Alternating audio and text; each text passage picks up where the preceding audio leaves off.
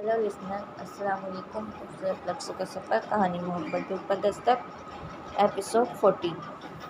कहानी को आगे सुनने से पहले चैनल को सब्सक्राइब, कहानी को लाइक एंड शेयर करना ना भूलें। कमेंट में बताएं आपको कहानी कैसी लग रही है। चलिए आगे सुनते हैं। सबा की रुखसती। वलीमे वाला दिन। अदनिया ने आगे कहा, निगी हमारे साथ जा रही है या नहीं? अदनिया को इनकी बातें सुलगा रही थी, सो इसने संजीदगी के साथ मौज़ा बदल डाला तो दोनों हंसने लगी। अनस भाई ने सबके सामने मना कर दिया कि कह रहे थे कि कल वलीमे की तकरीब में अकेला शिरकत करता अच्छा नहीं लगूंगा। सादिरा ने बताया था। सच बहुत रोमांटिक है अनस भाई, सबके सामने ही वाला व शदा हो रहे हैं, ज़ारा ने लुत्फ़ लेने वाले अंदाज में कहा। ये सब नई नई शादी का खुमार है। अदनिया का लहजा बहुत सर्द और चौंका देने वाला था। सादिरा ने तीखी नज़रों से इसकी तरफ देखा था। हर कोई नए नए का शौकीन नहीं होता। जहाँ मोहब्बत हो, इज़्ज़त हो, वहाँ तमाम एक दूसरे के दिल में रहकर ज़िंदगी तमाम होती है।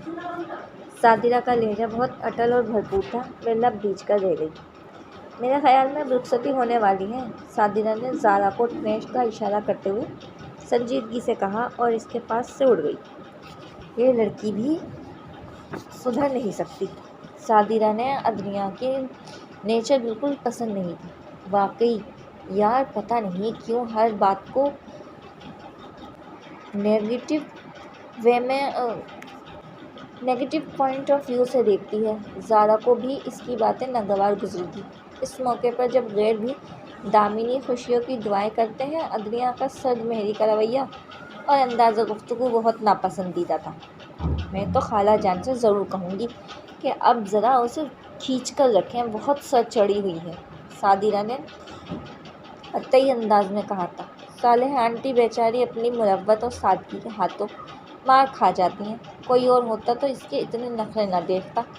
ज़ारा ने कहा तो वे बोली, फिर भी अब बात और है। घर में बहू आ जाए तो पहले वाली लापरवाही और बेतरतीबी समेट लेनी चाहिए।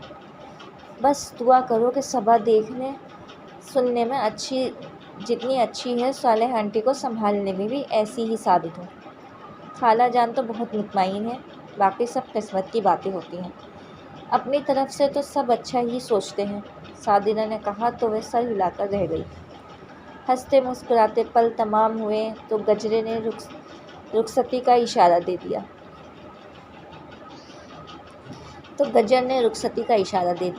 सबा को लगा जैसे आज शाम सब ख़त्म हो चला हो।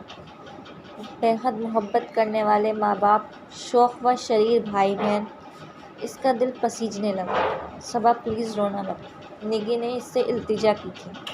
खुद वो बहुत वाकई नहीं रोई थी, जिसमें सरासर इसकी लापरवाही तबीयत का दखल था। अब हर कोई तुम्हारी तरह तो नहीं होता ना। अपनी रुखसती से ज़्यादा मेकअप ख़राब हो जाने का डर था तुम्हें। अनस ने यह भी ख्याल नहीं किया था कि वो अभी एक रोज़ पुरानी दुल्हन है। जवाब देने को तो निगी का भी बहुत जी जा रहा था, मगर इतने सारे लोगों की मौजूदगी का ख्याल मायने था। अलबत्ता रुखसती के बाद वो नौफिल को न सिर्फ सबा का ख्याल रखने और उसे बहुत खुश रहने की ताकीद कर रही थी, बल्कि मौका महल के हिसाब से चंद एक धमकियाँ भी दे डाली। नौफिल को गुस्से के साथ साथ इसकी बेवकूफ़ाना मोहब्बत पर हंसी भी आ रही थी।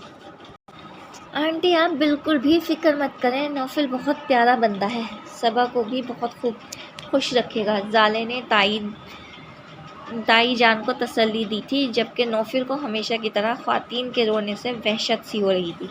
वह जल्द से इस माहौल से निकलना चाह रहा था। खुद को बहुत संभालने और ज़ब्त से काम लेने के बावजूद खुद जब ताई जान उसे प्यार देने को आगे बढ़े तो वे रो पड़ी थी। इसके बाद अनस, मुईद और फिर एमाद, वे इसके शाने से लगी सिसकियाँ भर रही थी। नौफिल ने अपनी कनपटियाँ सुलगती महसूस की थी। बस बेटा, रोना नहीं, खुशी खुशी यहाँ से जाओ, यहाँ से विदा हो, इंशाअल्लाह ताला सारी उम्र का आना जाना है। नौफिल के मामू जान ने सबा का सर थपका था, मगर ऐसे मौक़ों पर दिल यही तफल तसल्लियों से तो काबू में नहीं आ जाता। अहमद और जूही भी रो दी حالقہ زوہی نے اسے بہت دھمکیاں دی تھی کہ رونا میک اپ کے لیے سخت منصر ہے اور اب وہ اپنے تمام فرموادات بھولی ہوئی تھی۔ لائبہ نے اسے بمشکل کھینچ کر سبق سے الگ کیا تھا اور مریم پھپھو نے سب کو ڈانٹا تھا۔ اداسی الگ چیز ہے، مگر یوں رونے کی کوئی تک نہیں بنتی۔ بس بہن کو دعاؤں سے رخصت کرو۔ صبا کی رخصتی کے بعد ان سب کی ہچکچاہٹ جیسے گم ہو گئی تھی۔ ایک فرض ادا ہو جانے کی طمانینت اپنی جگہ، مگر ایک محسوس کن اداسی نے ہر ایک کو اپنی لپیٹ میں لے لیا تھا۔ نگی بیچاری اپنی پوزیشن بھول کر سب کو تسلیاں دیتی پھر رہی تھی۔ کل دیکھنا اس کی بتیسی ہی اندر نہیں جائے گی، لائبہ نے جتنی سرخ ہوتی آنکھیں دیکھ کر تسلی دی تھی۔ ہر خوشی اپنی جگہ، مگر جدائی کا درد بھی کم تکلیف دہ نہیں ہوتا۔ وہ سرد مرد سی ہو رہی تھی۔ پھر لڑکوں ہی نے سارا ماحول اور موڈ بدلنے کی کوشش کی تھی۔ چاند اور ابرار نے گٹار پر بہت خوبصورت سے گانے اور دھنیں سنائیں۔ تب انس بھی کچھ سنا کے بے قرار ہو رہا تھا۔ تمہیں بالکل بھی اجازت نہیں، کیونکہ تمہارے ساتھ ایک بہت بڑا ولیمہ ہو چکا ہے۔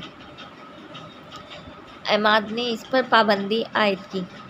کیسا المیہ؟ وہ سمجھا نہیں تھا۔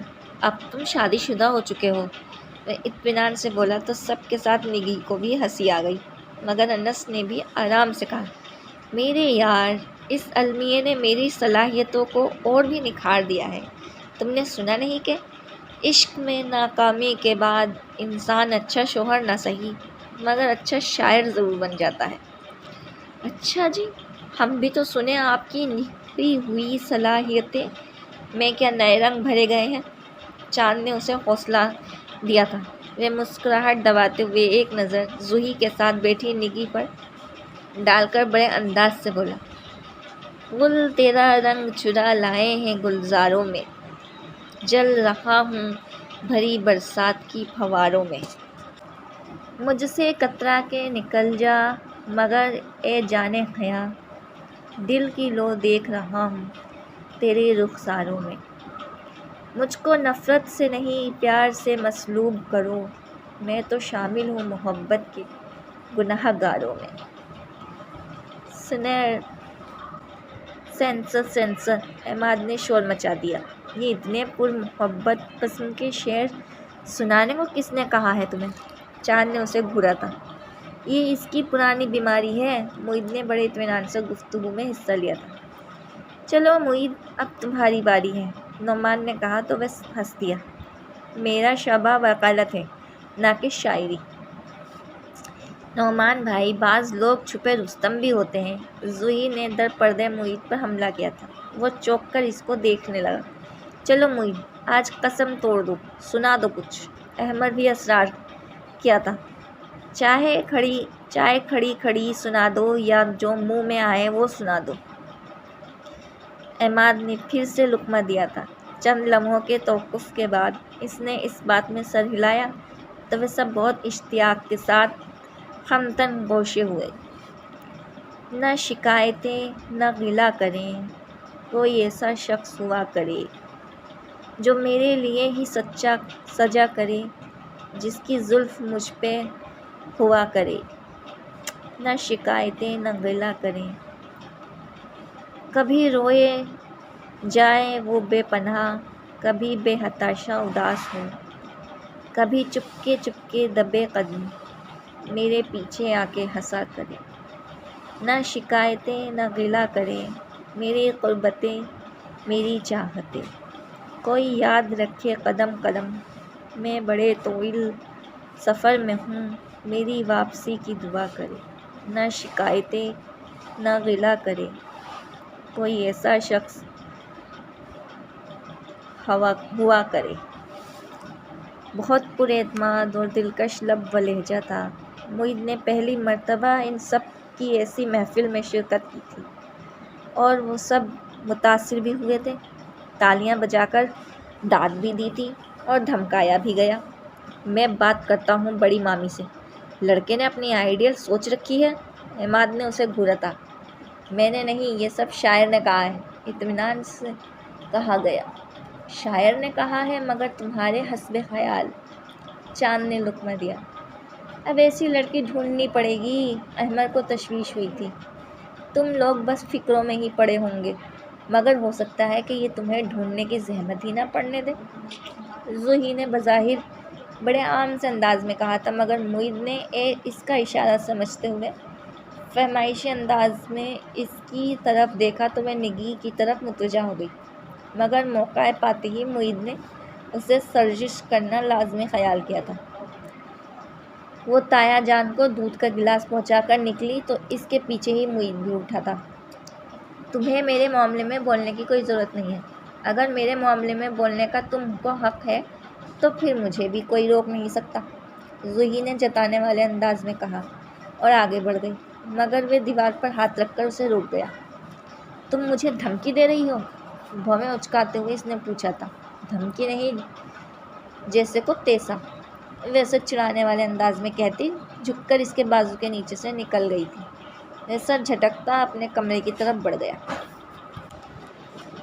वे कमरे में आते ही थकन से बेहाल कपड़े बदलने की फिक्र में थी कि अनस इसके हाथों से हैंग हुआ। क्या हुआ? तौलिया चीर फाड़ करते हुए इसका हाथ थाम अपने सामने बैठाकर बोला, अभी तो मेरी तुमको देखने की बारी है, वरना तो 6000 के मेकअप पर पानी फिर जाएगा। इसकी नज़रों के अर्तकाज़ और पुर लहजे की शरारत पर वो कसमसाई थी। मैं बहुत अनईज़ी फ़ील कर रही हूँ। इनका इशारा भारी लहंगे और ज़ेवरात की तरफ था, मगर वे जानबूझकर बात को अपने ही अंदाज में ले गया। अभी नई नई शादी हुई है ना, अभी तो यूं ही सामने बैठा कर देखूंगा तुम्हें। निगी के होठों पर बेसाख्ता मुस्कुराहट बिखर गई। मैं इस बारे में नहीं कह रही हूँ, यानी इससे मुताल्लिक़ तुम्हें कोई एतराज़ नहीं? मैं शरीर हुआ था। मैंने यह भी नहीं कहा। नर्वस होने लगी। अनस को इसकी घबराहट बहुत मज़े दे रही थी। ज़रा नज़र मिला के तो बात करो, अभी तक मैं तुम्हारी आंखों का रंग नहीं जान पाया हूँ। इसकी थोड़ी के नीचे हाथ रखकर चेहरा ऊंचा करते हुए अनस ने कहा तो इसकी पलकें बोझल होने लगी। हुस्न व हया का संगम अपनी तमाम तर दिलकशी के साथ इसके सामने था। लख्त भर ही में वह अपनी सारी शोखी भूल गया था। इसकी बेखुदी को बेख्तियार में बदलते पाकर वह अपनी बेतरतीब धड़कनें संभालती पीछे हटी थी। आपने आज भी घर नहीं जाने दिया। उसके खुद पर से तवज्जो हटाने के लिए मैं शिकवा कर गई। मैंने अपने लिए थोड़ी तुम्हें रोका है, तुम्हारी शक्ल ही 12 बजने लगी है। मैंने सोचा कि तुम जाना नहीं चाह रही होंगी, इसलिए। वह मुकर गया। उफ, निगी को हंसी आ गई। इस वक्त आप किसी और को बोलने ही कब दे रहे थे? तुम वाकई जाना चाह रही थी? अनस ने इतने एतमाद से पूछा था जैसे यकीन हो कि वो फ़ौरन नफ़ी में जवाब दे देगी, मगर इसने मुस्कुराहट दबाते हुए हाँ में सर हिला दिया। ज़ाहिर इतनी जल्दी तो सब कुछ नहीं भुला दूंगी ना। और मुझे देखो, एक दुनिया भुला डाली है तुम्हारे पीछे।